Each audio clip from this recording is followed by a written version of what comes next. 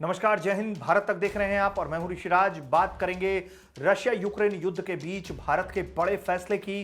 दरअसल यूक्रेन और रूस के बीच जो जंग जारी है वो रुकने का नाम नहीं ले रही।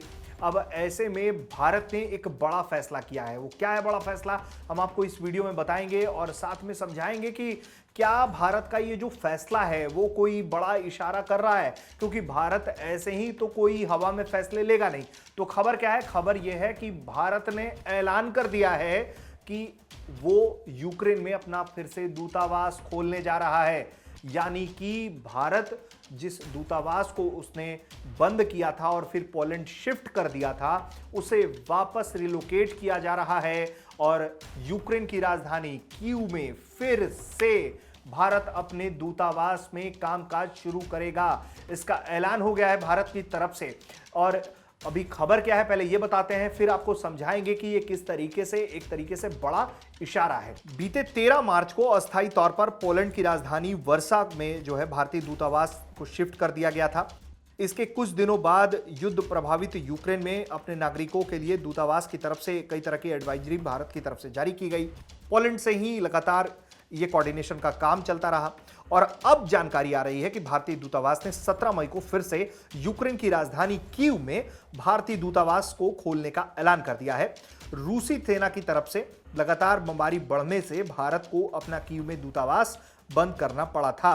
रूस और यूक्रेन का युद्ध अभी तक खत्म नहीं हुआ है, लेकिन यूक्रेन की सेना ने रूस को राजधानी कीव पर कहा जा रहा है कि कब्जा नहीं करने दिया है, या हम इसे यूं कह सकते हैं कि रूस की जो सेना है वो राजधानी कीव की तरफ बढ़ ही नहीं रही है। उसने अपना ध्यान पूरी तरीके से डोनबास के इलाके में केंद्रित किया हुआ है। रूसी सेनाएं यूक्रेन के पूर्वी और दक्षिण क्षेत्र में अपनी शक्ति आजमा रही हैं और ऐसे में इस तरह का यह बड़ा फैसला माना जा सकता है कि भारत ने दूतावास जो खोलने का ऐलान किया है उसके पीछे कई कारण होंगे।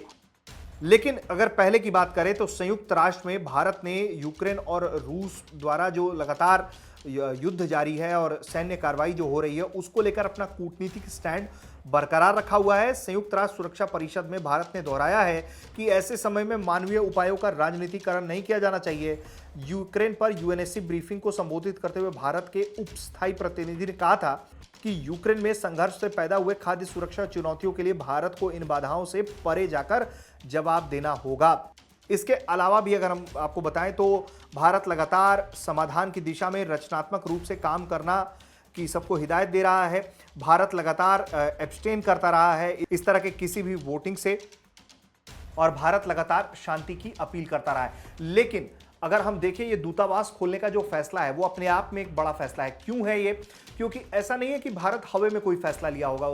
उसने यूक्रेन में भी अपने जो लगातार कोऑर्डिनेट्स हैं वहां उसने बातचीत की हो गए, इंटेलिजेंस रिपोर्ट मिला होगा भारत को। इसके अलावा रूस में भी बातचीत हुई होगी भारत की, वहां के जो नेता हैं, जो राजनीतिक फैसले जहां से होते हैं उस पर बातचीत हुई होगी, गहन मंथन चिंतन हुआ होगा। उसके बाद भारत का अपना फीडबैक होगा, उसके बाद यह फैसला लिया गया है। तो कहीं ना कहीं एक तरीके से हम ये कह सकते हैं या मान सकते हैं कि ये एक तरीके से इशारा ये भी है कि आने वाले दिनों में ये युद्ध विराम हो सकता है, युद्ध रुक सकता है, ऐसे ही उम्मीद की जा सकती है। क्योंकि भारत इस तरीके से रिस्की कोई फैसला लेता हुआ दिखाई नहीं पड़ता है।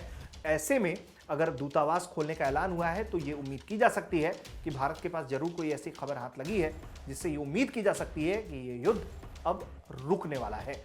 इस मामले में जो भी बड़े अपडेट होंगे भारत तक आपको सबसे पहले बताएगा। देखते रहिए भारत तक।